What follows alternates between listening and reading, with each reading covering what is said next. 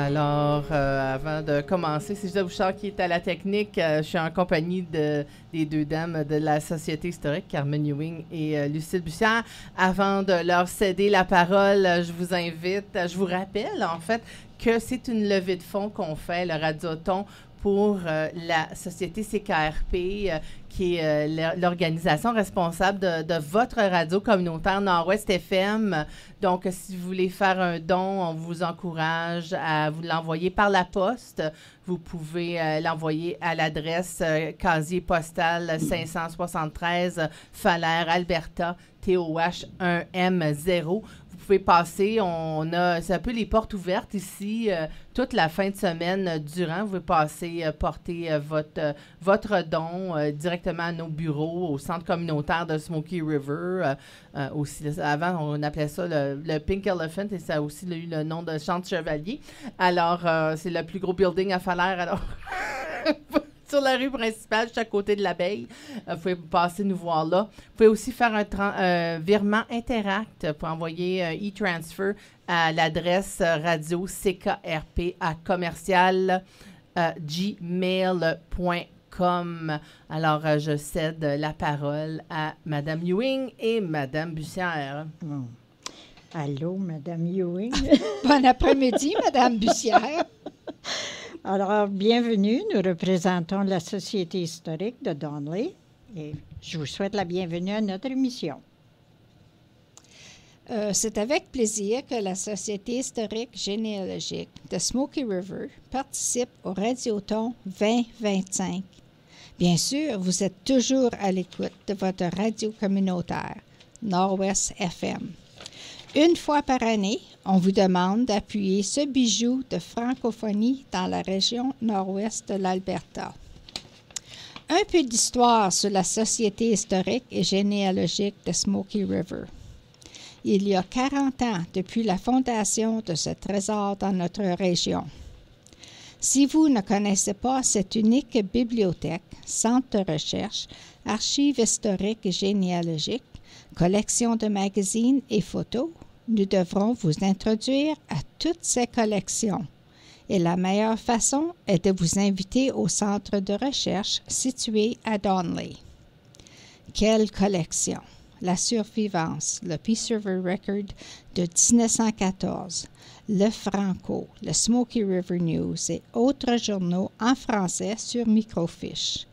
Les registres de baptême, mariage, sépulture du Québec, des diocèses de Mackenzie et Grouard et autre part. Plus de 18 000 photos, 600 livres d'histoire de communauté, généalogie de métis, des Acadiens et de familles diverses du nord de la province et des territoires nord-ouest, sans oublier les enregistrements d'entrevues de gens d'ici, faites dans les années 70-80. Ça, c'est précieux. Faites une commandite, faites un don, donnez de votre temps, pourquoi pas. Choisissez, ou les deux, Nord-Ouest FM et la Société généalogique. Une petite pause musicale. Aujourd'hui, nous allons vous parler de M. et Mme Louis Labbé de Falaire. Un jour au centre, je faisais de la recherche et je suis arrivée sur une lettre écrite par lui-même, M. Labbé, qui datait de 1954. Il parle de sa vie, du départ des États-Unis jusqu'à ses jours de vieillesse à Falaire. Puis la lettre aussi, vous allez vous apercevoir, c'est du vieux français. On la lit comme ça a été écrit. Oui, on va la lire pareil comme elle a été écrite. On vous revient après la pause musicale. OK, avant de commencer de lire la lettre de M. Labbé, laissez-moi vous introduire M. et Mme Louis Labbé. Louis est le garçon de Louis et Sophranie Lamontagne. Il est né en 1883 à Salem, Massachusetts, aux États-Unis. Quand Louis avait 6 ans, ses parents sont venus demeurer à Armagh, comté de Bellechasse, au Québec. Et c'est de là que Louis a grandi. Madame Labbé, qui s'appelait Léonide, était la fille de L.C.A. Baudouin et d'Odile Blouin. Elle est née en 1883, elle aussi, à la campagne près de Saint-Philémon, un village près d'Armagh. En 1905, ils se sont mariés. Un peu de temps après, ils sont partis pour les États-Unis pour se trouver du travail. Alors encore, on va avoir une pause musicale, puis on vous revient vous présenter l'histoire de ce brave pionnier de Falaise. Alors, comme je vous ai dit, je vais vous lire la lettre comme il l'a écrit lui-même. Alors, je commence. Parti de Whitensville, Worcester, Massachusetts, aux États-Unis, le 12 mai 1913, nous arrivâmes à Grouard dans les derniers jours du même mois.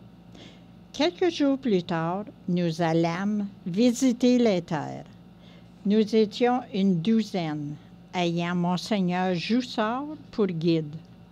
Chacun ayant choisi le carreau qui lui plaisait, nous fûmes de retour à Grouard le 3 juin. Et le 4, nous fîmes l'entrée de nos homesteads au bureau des terres. Nous avions choisi la section 20 du township ou canton 77, rang 21, à l'ouest du 5e méridien. Moi, j'avais pris le quart sud-est, mon beau-frère Achille Baudouin, le sud-ouest, mon autre beau-frère Lucien Baudouin, le quart nord-ouest, et notre ami Sylvain Letourneau, le quart nord-est. Les deux Baudouins étaient les frères de ma femme. Nous avons travaillé une partie de l'été à Grouard.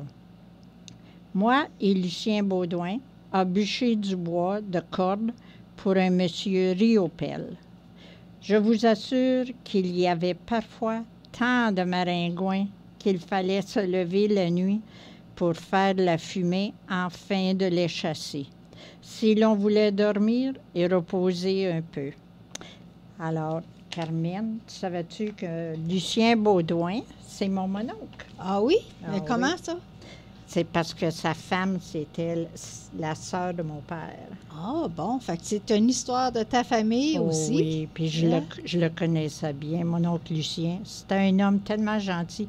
J'étais toute petite fille, puis j'allais avec ma cousine, là. Puis j'étais émerveillée de le voir, comment il traitait sa femme. Elle était comme une petite princesse. Ça m'a toujours émerveillée, puis ça restait avec moi, ça, des années. Il coupait le bois, il remplissait son poêle, il emmenait de l'eau. Oh, il était vraiment gentil, mon chien. C'était un homme très doux. Une femme chanceuse parce que les gens qui s'en venaient dans l'Ouest, là, souvent, les femmes travaillaient aussi fort, si pas plus fort que les hommes. Oui. Mais pas dans son cas, je pense. Alors, on va vous faire pause, hein? écouter. Ouais, On va écouter une petite chanson de Joe Dassin. On faisait des jokes là-dessus. Des maringouins. Alors, on va écouter le moustique de Joe Dassin, puis on va revenir dans pas long. Monsieur l'abbé continue.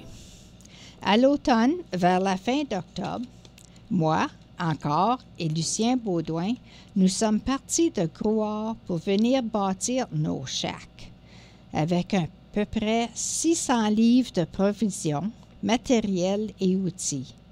C'est un nommé Boldy qui nous conduisit chez M. Pétrin.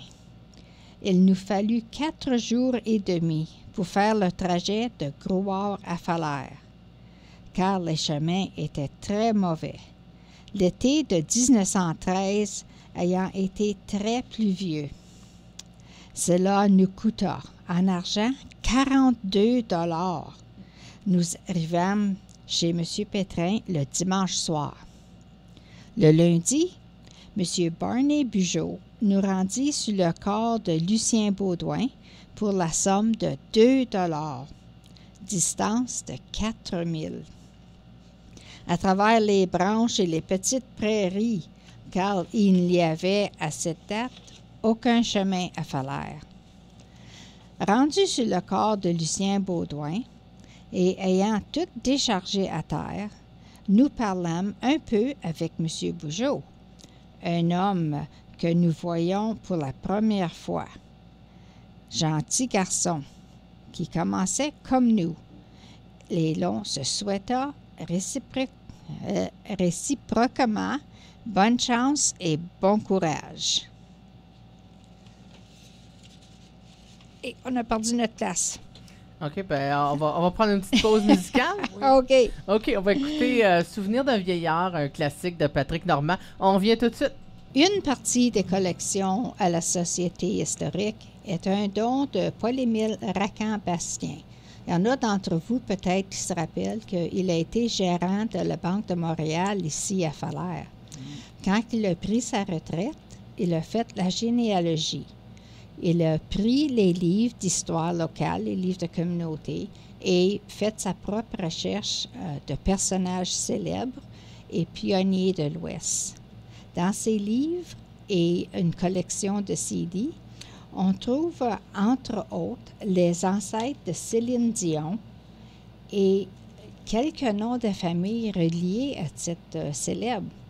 Les noms de familles Albert, Beaulieu, Bérubé, Bouchard, Boucher, Caron, Cloutier, Doucette, Leclerc, Simard, Tanguay. Wow! Mais c'est beaucoup des noms familiers. C'est la moitié de la paroisse de Falaire. Ben oui. Puis on trouve aussi Madonna et ses ancêtres, Jean Lesage, René Lévesque, qui est de la même ligne de votre famille. Y a-t-il quelqu'un bien connu? Alors, on retourne dans notre histoire chez M. Labbé. Et je continue. Construction. Il écrit « On commença par couper la première branche, jamais coupée sur cette section de terre. On fit des petits piquets pour monter notre tente et d'autres piquets en forme de chevalet pour appuyer notre meule. Une fois nos haches affilées, nous commençâmes à couper nos logs ou troncs d'arbres de la longueur de 20 pieds par 20 pieds. Ces logs coupés, nous eûmes les chevaux de mon voisin du Sud, M. Pierre Aubin, un homme très aimable que nous avons toujours très estimé et qui est allé depuis près du bon Dieu pour recevoir sa récompense.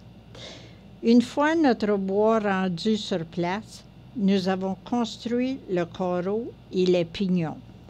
Pour la couverture, de perche et le plancher, nous l'avons charroyé sur nos épaules. Pour le reste de la couverture, un papier noir sur de la paille de foin de marais et de la terre. Il nous a fait une couverture bien chaude, mais pas très étanche dans les temps de pluie. Ce premier chac fini, nous nous mîmes à en faire un autre pour moi. Ça devait être 30 des fois dans le chac. Ah oui. En 1912, les premiers pionniers arrivent à Donley. La première femme était Madame Gravel, mais avant trop longtemps arrivent les femmes et les familles des autres. Il fallait bien avoir un chac pour les recevoir. Nous avons beaucoup de ces histoires dans nos diverses collections. Histoires de famille, de communauté, biographies de différents personnages. On vous invite de venir visiter à la Société historique. Alors, M. Labbé va faire une visite.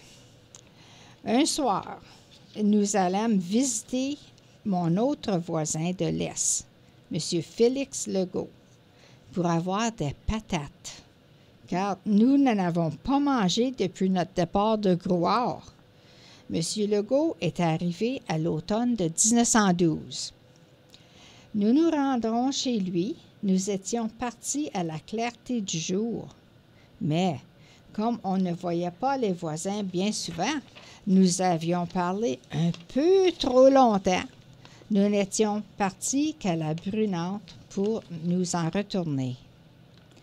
Cela nous valut de nous écarter. Nous marchions en tenant trop à notre gauche. Alors, je dis à mon beau-frère, « On va s'arrêter ici et faire un bon feu, car si on marche trop, on va s'écarter pour tout bon. » Et voilà que tout à coup, une petite lumière nous apparut. Avertis de la sorte qu'il y avait par là du monde, nous nous dirigiâmes sur cette clarté. Quelle chance! C'était le shack de mon beau-frère, où 2 de nos amis, occupés aussi à bâtir pour eux-mêmes, campaient avec nous. Au Villa Sabourin et M. Honoré Guindon. Ce dernier aujourd'hui défunt, car il était alors en train de prendre leur souper au lièvre. Mais on a l'histoire de M. Sabourin aussi, je crois. Oui. Ben oui, M. Sabourin, il était avec le premier groupe de colons qui sont arrivés ici. Puis, grâce à lui, qu'on a l'histoire de ça, parce que c'est lui qui l'a écrit. Puis, il tenait trac, il prenait des notes. Puis, de chaque jour, on a son histoire. Peut-être qu'un autre radioton pourra faire M. Sabourin. Ben oui. Alors, on fait jouer une petite chanson. Oui, On fait jouer une petite chanson. Oui. Alors, on va écouter Sur la route de Berthier, interprété par Dany Laliberté. Et après ça, on va écouter C'est l'aviron qui nous mène de Roger Prieur. On vient tout de suite. Puis, je continue à lire la lettre de M. l'abbé. Nos 2 shacks finis, nous retournâmes à Grouard avec le garçon de M. Legault, qui charroyait la malle en ce temps-là, 2 fois par mois. À Grouard, je travaillais le fer blanc pour M. Georges Signori, et Baudouin travailla sur le grand pont qui traverse la baie encore de nos jours. Nous étant fait un peu d'argent, moi, toujours et Baudouin, nous partîmes pour Edmonton avec des fretteurs qui s'y rendaient pour les magasins de Grouard. C'était vers la fin de février 1914. Nous arrivâmes le mercredi des Cendres et, avant de commencer nos achats, nous allâmes recevoir les cendres à l'Immaculée Conception. Il nous fallait aller tranquillement dans ces achats, car notre capital était bien petit. Nous achetâmes une paire de chevaux, un cheval et une jument, au prix de 400 $, plus 90 $ pour les attelages. Une paire de slés de seconde main, 25 $, un disque, une petite charrue et des provisions à peu près pour l'été. Tu peux-tu t'imaginer 400 $ pour ce temps-là? Moi, j'en reviens pas. C'est tout cher que nos autos d'aujourd'hui. Ben oui, ça fait à peu près 5 fois le prix. Oh. Ça fait à peu près 5 fois le prix. C'est une somme faramineuse pour l'époque, on va dire. Ces pauvres gens, ils arrivaient, là, puis il fallait qu'ils se procurent de tout. Ouais. Ben, ils arrivaient en train, fait qu'ils ne pouvaient pas arriver avec tout le bétail ou avec tout... Ou il y en a qui sont venus sur un autobus avec les curés. Ouais. Je pense d'où vient tout ce beau monde. Me semble que tu avais parlé de ça à quelque part. Je ne sais pas si d'où vient tout ce beau monde ou quand on avait fait dans les histoires mystérieuses. Ou dans, je ne sais pas dans quelle série qu'on avait fait ça. Là, il y en avait une couple de familles qui étaient venues sur une grosse autobus. Oui. Ouais. Tu t'arrives, t'amènes pas tout ton ménage en autobus. Hein? Parce que mon grand-père, Roy, c'était pareil. Ils ont arrivé à Grouard, là, ils ont tout dépensé l'argent pour savoir des haches. S'il n'était pas content, il ne pouvait pas partir. Bien, c'est ça. Il n'a jamais été capable de retourner. Il n'y avait plus d'argent. C'est ça. Moi, je pense qu'il n'était peut-être pas le seul dans la même situation. Tout le monde tapait. Parce que je pense qu'il y avait peut-être des promesses ou des histoires qui on voyait un peu la région de Rivière-la-Paix comme une espèce de terre promise. Hein. Oui, puis n'oublie pas, ces gens-là, là, ils ont quitté leur maison qui avait l'eau courante puis l'électricité. Surtout ceux qui étaient aux États-Unis. Hein. Puis il y avait tout l'emploi, qui avait un revenu stable. La toilette en porcelaine. Là, tu te ramasses à la Bécosse. Avec puis une Catherine dans la maison. Là, c'est une autre réalité. Là. Oui, différent. En tout cas. Mais là, on va prendre une petite pause musicale. Avant la pause, je rappelle aux gens que la raison pour laquelle on a tous ces invités-là sur nos ondes pendant la fin de semaine, c'est parce qu'on fait une levée de fonds. C'est notre levée de fonds annuelle ici à Nord-Ouest FM pour la société CKRP. On vous invite à donner généreusement, à devenir membre. Il y a toutes sortes de façons pour aider à la radio communautaire. Alors, vous pouvez commanditer une émission, acheter de la publicité, devenir bénévole, acheter votre membership, jouer au bingo toutes les semaines. Mais nous, ce qu'on vous demande surtout, c'est de donner. Donner généreusement, donner ce que vous pouvez. Vous pouvez donner, qu'importe le montant, c'est un geste de solidarité que vous faites envers votre média communautaire. Il y a seulement, je le répète tout le temps, il y a seulement 9 radios communautaires dans tout l'Alberta, dont 3 qui sont des radios communautaires de langue française. Nous sommes la seule radio communautaire dans tout le nord-ouest de la province de l'Alberta. Alors, on n'a pas seulement un impact sur nos communautés francophones, mais sur toute la communauté, dans toutes les communautés de notre région, notamment sur la communauté musicale. On a 2 gros shows qui s'en viennent ce soir, le Jam à Joël avec des artistes locaux. On a encore de la place, les gens peuvent venir s'inscrire, vous se présenter à Falaire si vous êtes intéressé à venir jouer de la musique. C'est un jam. Un jam, c'est une gang de musiciens ensemble qui crée de la magie. Alors, c'est ça qui se passe ce soir et demain soir. On a le grand bonheur d'accueillir le Songrise Show qui est présenté par Community Futures Peace Country. Alors, animé par Sherry Crawford et qui met de l'avant des artistes d'aussi loin que Grande Prairie et Fairview et Peace River qui viennent appuyer la radio communautaire. Alors, on voit l'importance que notre petite radio a sur la scène musicale régionale. Alors, acheter local, c'est aussi appuyer votre radio communautaire. On prend une petite pause. On va écouter Ah, si mon moine voulait danser et Alouette et on revient tout ça. Attends, je vais ouvrir ton micro. Faire un don, c'est facile. Comme tu le mets dessus tes dépenses de chaque mois, tu peux mettre un petit montant ou un gros montant. Puis tous les mois, tu l'envoies à la radio. Comme Carmen. Ben oui, comme moi. Tu sais, c'est pas des gros montants, mais si tu le fais régulier, tu le manques pas. Non, mais c'est ça. Ça fait moins mal de donner 20$ par mois que de sortir 200$ de sa poche. Justement. Fait que de faire des dons ponctuels une fois par mois. Tu sais, un 20$ à cette heure, on mange même pas au restaurant quasiment pour 20$. Non, c'est vrai. Puis pour nous autres, ça fait toute la différence.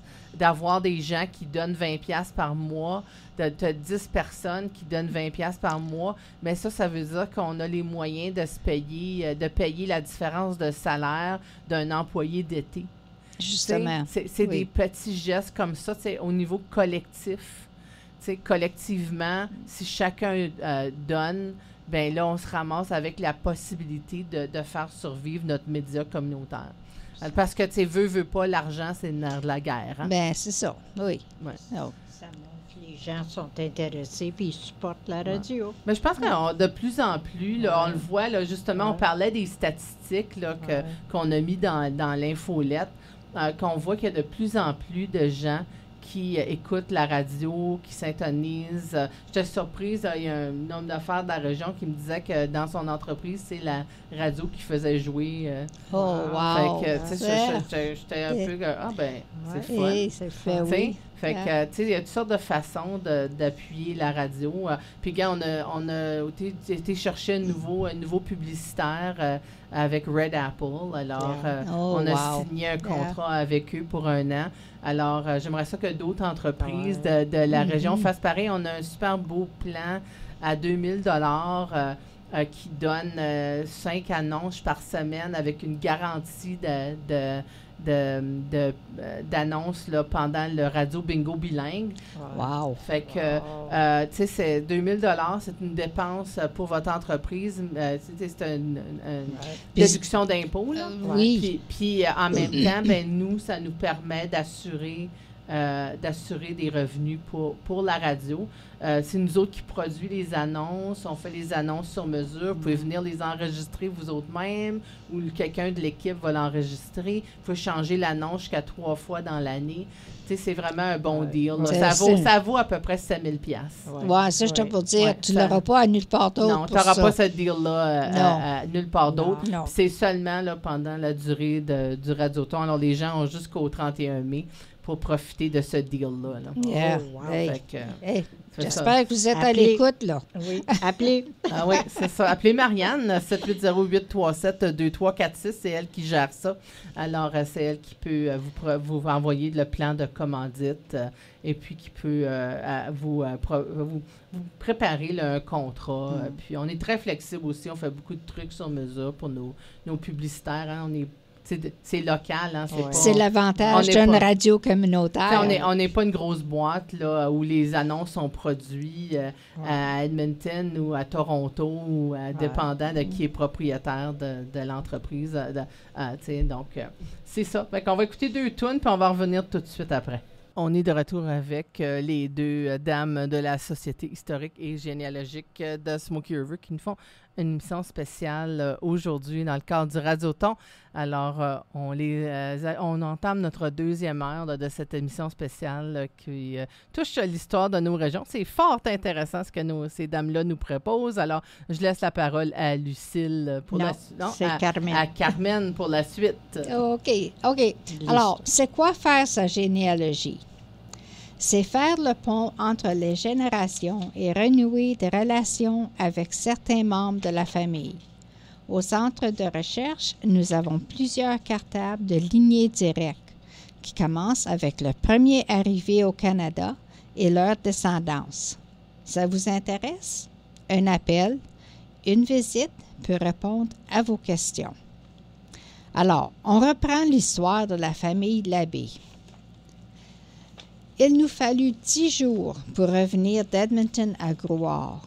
Et de Grouard à Falaire, nous fîmes 3 voyages pour transporter tout ce que nous avions. Au dernier voyage, nous amenions les femmes et les enfants.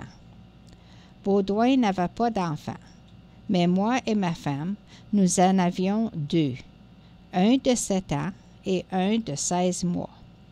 Je dois dire ici que la première et la plus grande raison que nous avions eue de quitter les États-Unis, c'est que nous étions Canadiens français et catholiques, et que nous avions un enfant qui allait entrer à l'école à l'automne parmi toutes sortes de nations protestantes, et qu'il n'entendrait pas un mot de français ni de religion. Et nous nous disions que si nous, qui avons été élevés par des bons parents catholiques, nous ne sommes pas trop bons, que deviendrait de nos enfants dans ces écoles-là? Alors, nous avons quitté une bonne position avec un salaire de 20 $ par semaine, un excellent logement avec l'eau à la champlure et des toilettes à l'eau. Oh! Pour ouvrir ce coin de terre qui était aujourd'hui Falaire. Et nous ne l'avons jamais regretté. Nous avons passé des moments assez durs. Nous avons mangé un peu de toutes sortes de bêtes sauvages, du lièvre, de la poutre de prairie, de la perdrix, même du hibou. Et cela pendant 2 ans. Plus tard, de l'orignal. Plus tard encore, nous avons acheté une vache, puis une poule et un coq, gardant les œufs pour les faire couver. Oh, fait qu'au commencement, il n'y avait pas d'œufs non plus. Enfin, nous avons pu semer des patates, mais il gelait dans la nuit du 26 juillet. Oh! C'est assez froid, là. Peut-être C'est n'avoir pas encore la facile. gelée. C'est pas facile, hein? C'était pas facile pour Non. les gens. Non. Tu sais, Non. il y a des dangers de famine. Puis manger du hibou, je suis pas sûre. Il y en Yeah. a. Je suis pas sûre. C'est comme manger du castor. Ça, c'est pas très bon non plus. Non. De la poudre de De l'ours. prairie, Bah, ça tu sais, peut. puis du lièvre. C'est correct, Ça, du ça lièvre, se c'est passe. bon. Hein. Du Pâte lièvre, de ça, riz. la salade qui cite les lièvres, il y avait un dégât. La perdrix, c'est délicieux. Oui. Ah oui? Ben, oui. Oh, Ah, je ne suis pas certaine Oui. si j'en ai jamais mangé. C'est Moi, pas- je me c'est rappelle juste la falle que tu Ouais. gardes. Oui, ben, Oh, c'est tellement c'est petit. bon. pas. Mm. Là, tu as plus de chances de t'étouffer sur des os si tu Oui, manges le reste. le là, je restant, pense. oui. Tu sais. Mais on va écouter une petite chanson. On va écouter Oui. Vive la Canadienne, puis on revient OK. dans à peu près 2 minutes. À tantôt. Alors, j'espère que vous trouvez le récit de M. Labbé très intéressant. Je continue avec son histoire.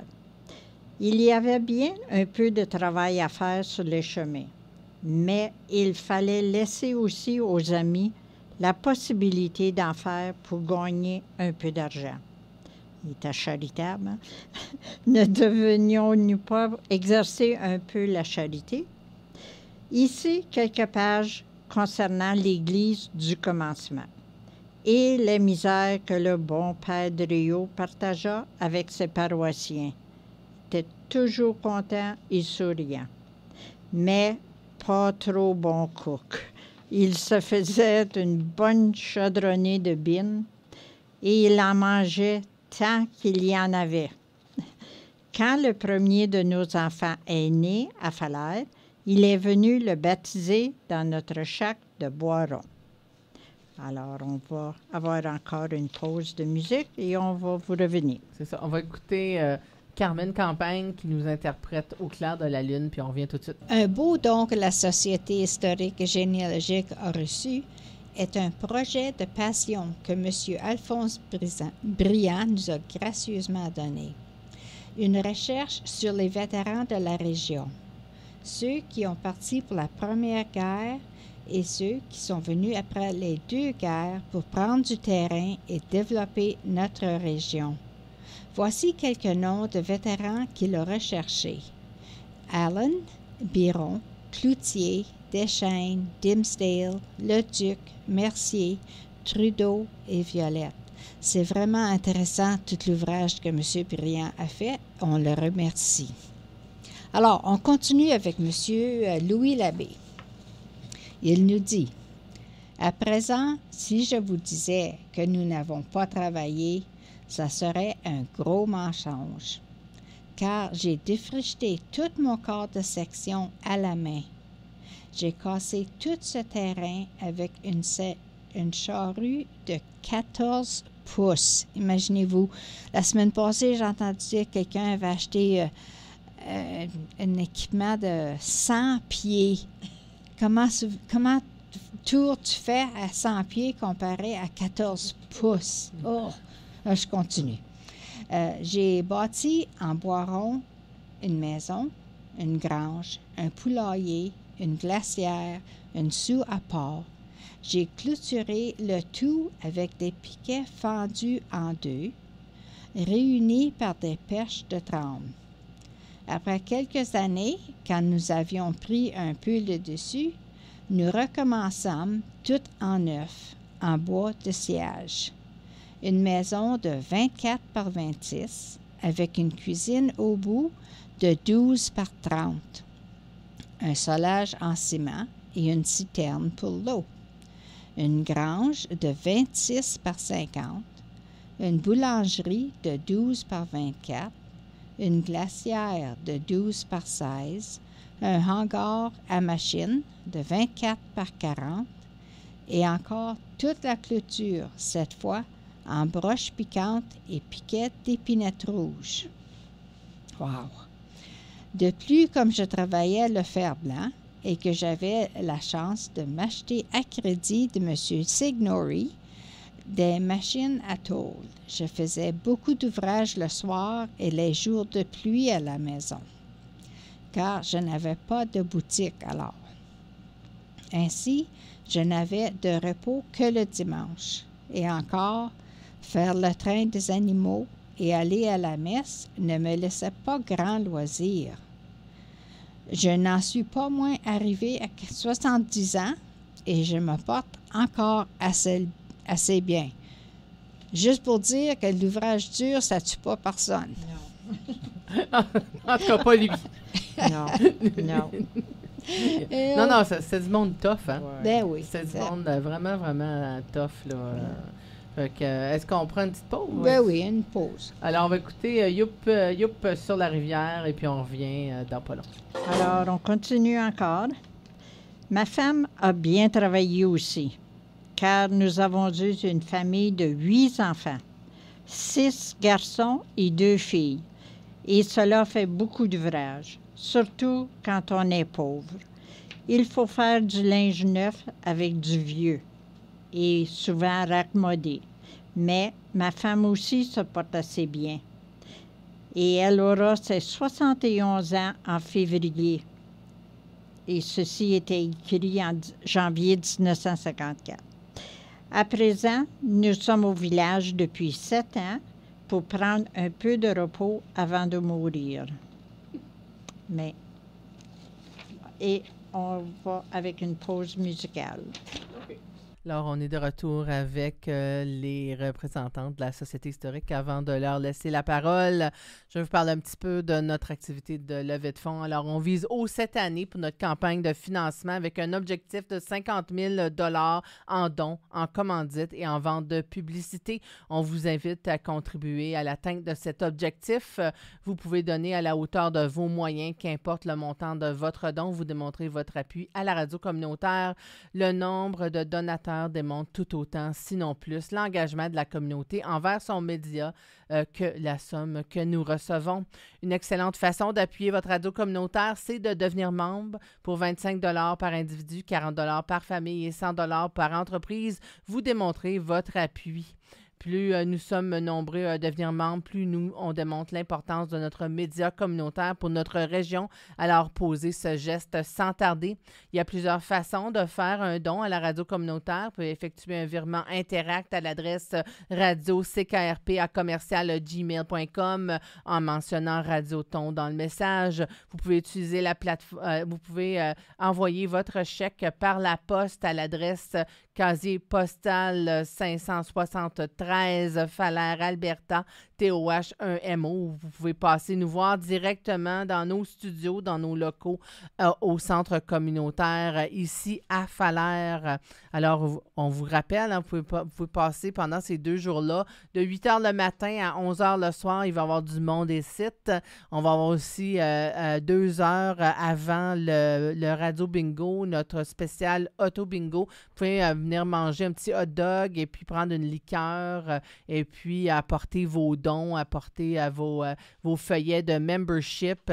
Pour les gens qui veulent s'essayer au bingo, c'est l'occasion rêvée de débuter. On a des tampons encreurs et on va avoir des cartes à vendre. Alors, merci nos commanditaires.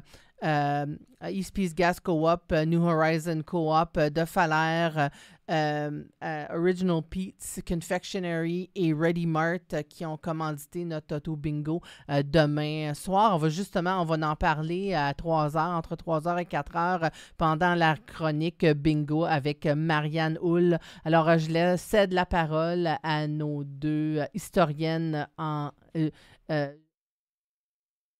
Alors, voilà. Merci, Gisèle. Alors, M. l'abbé raconte.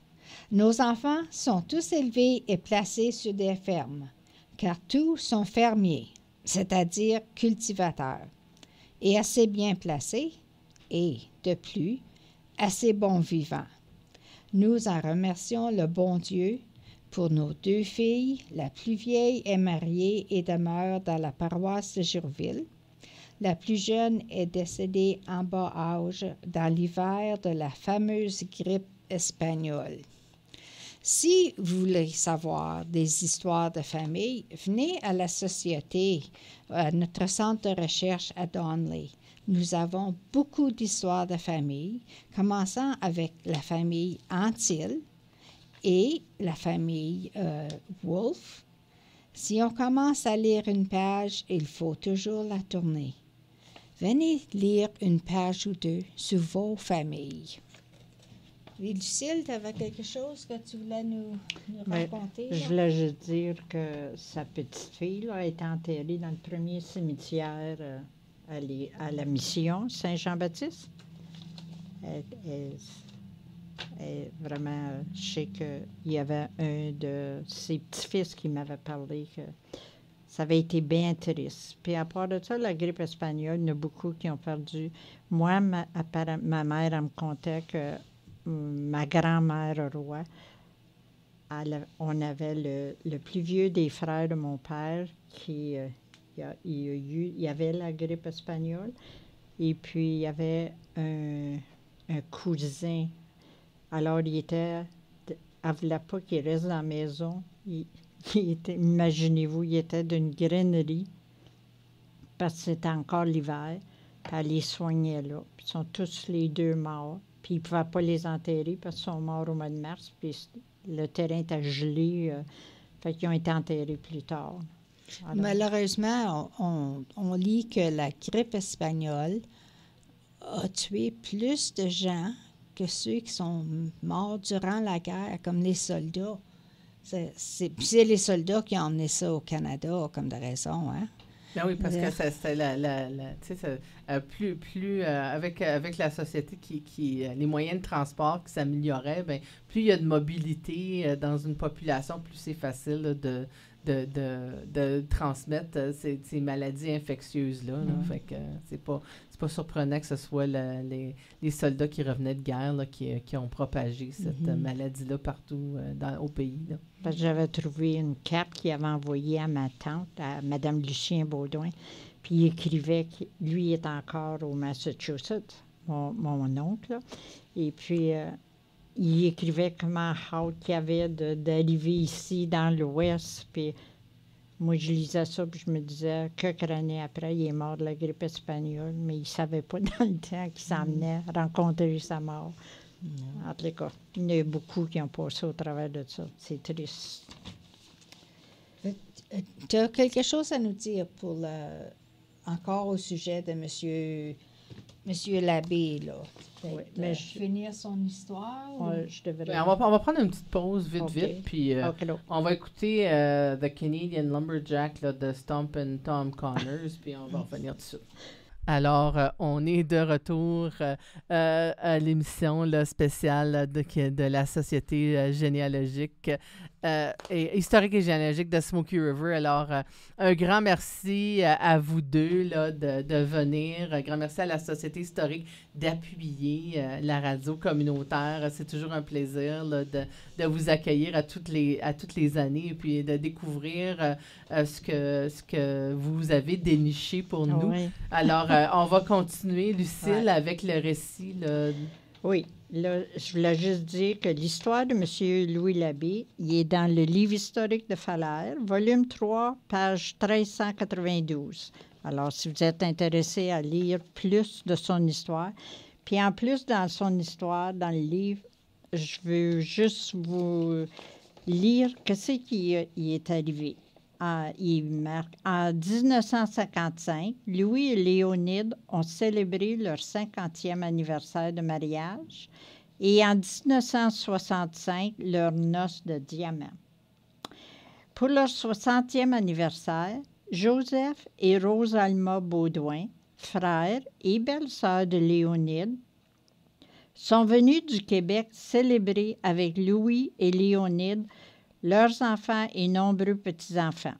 Léonide n'avait pas vu son frère depuis 53 ans. Imaginez-vous. En 1966, Marie, Amanda et Rose, 3 sœurs de Léonide, sont venues du Québec pour rendre visite à la famille. Louis n'a revu ses frères et ses sœurs encore vivants qu'en 1967.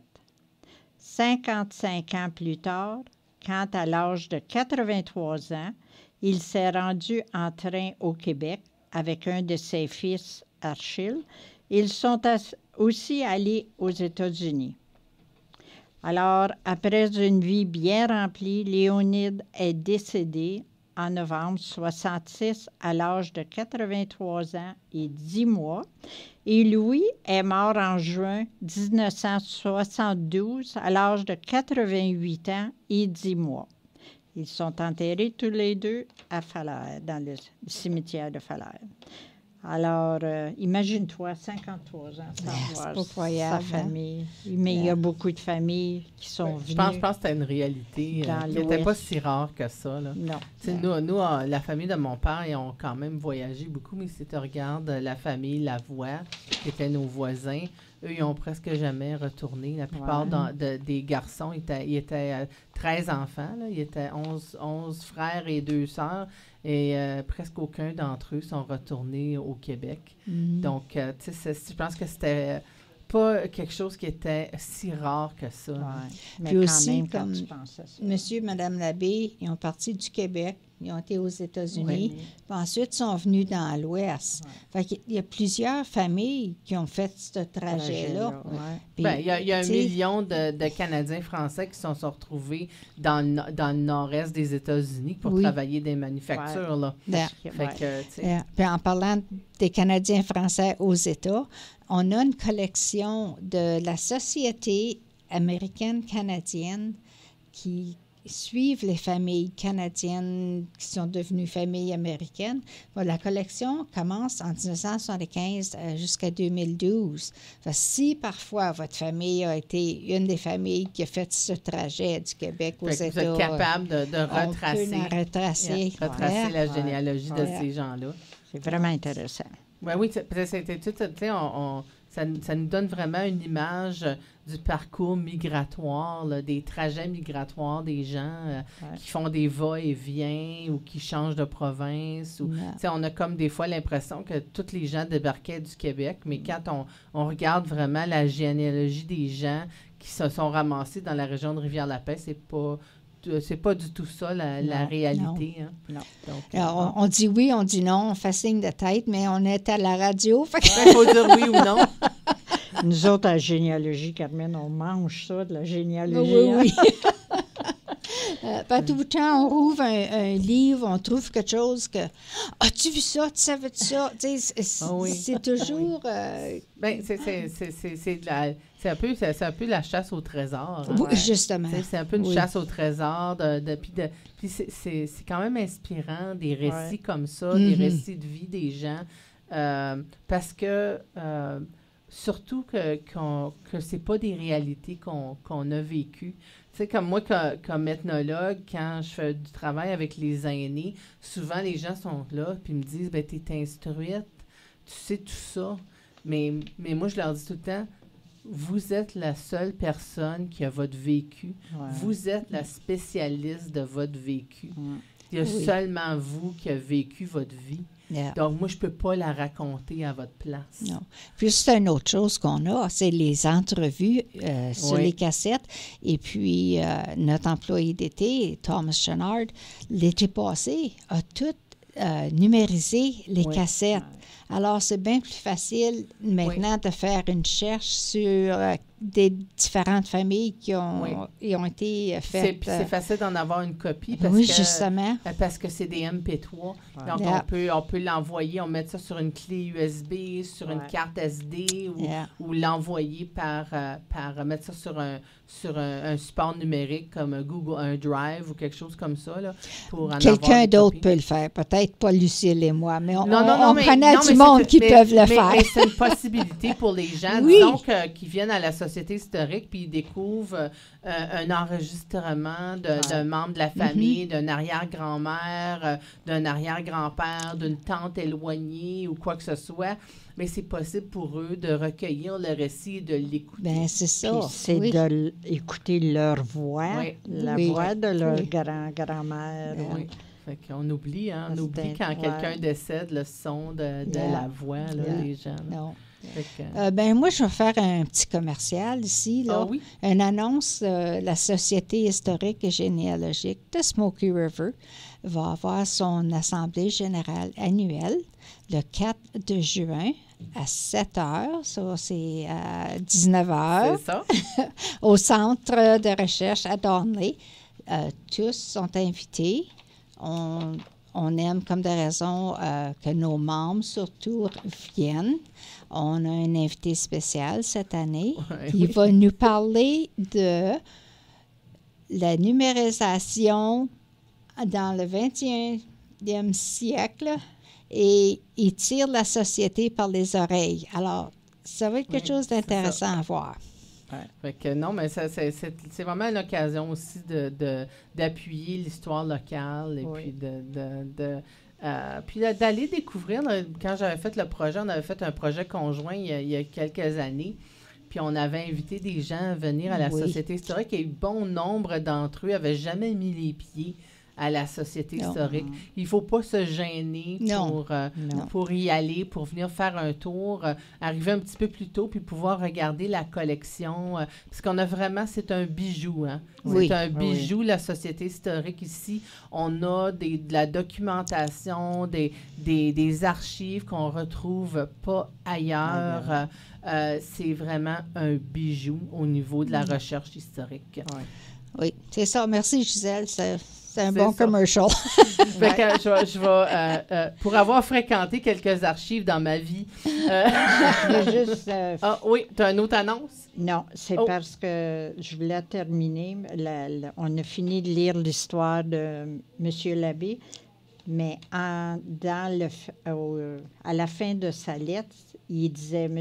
Louis Labbé s'excusait en finissant des fautes d'orthographe qu'il avait pu faire et donnait toute permission de les corriger au besoin.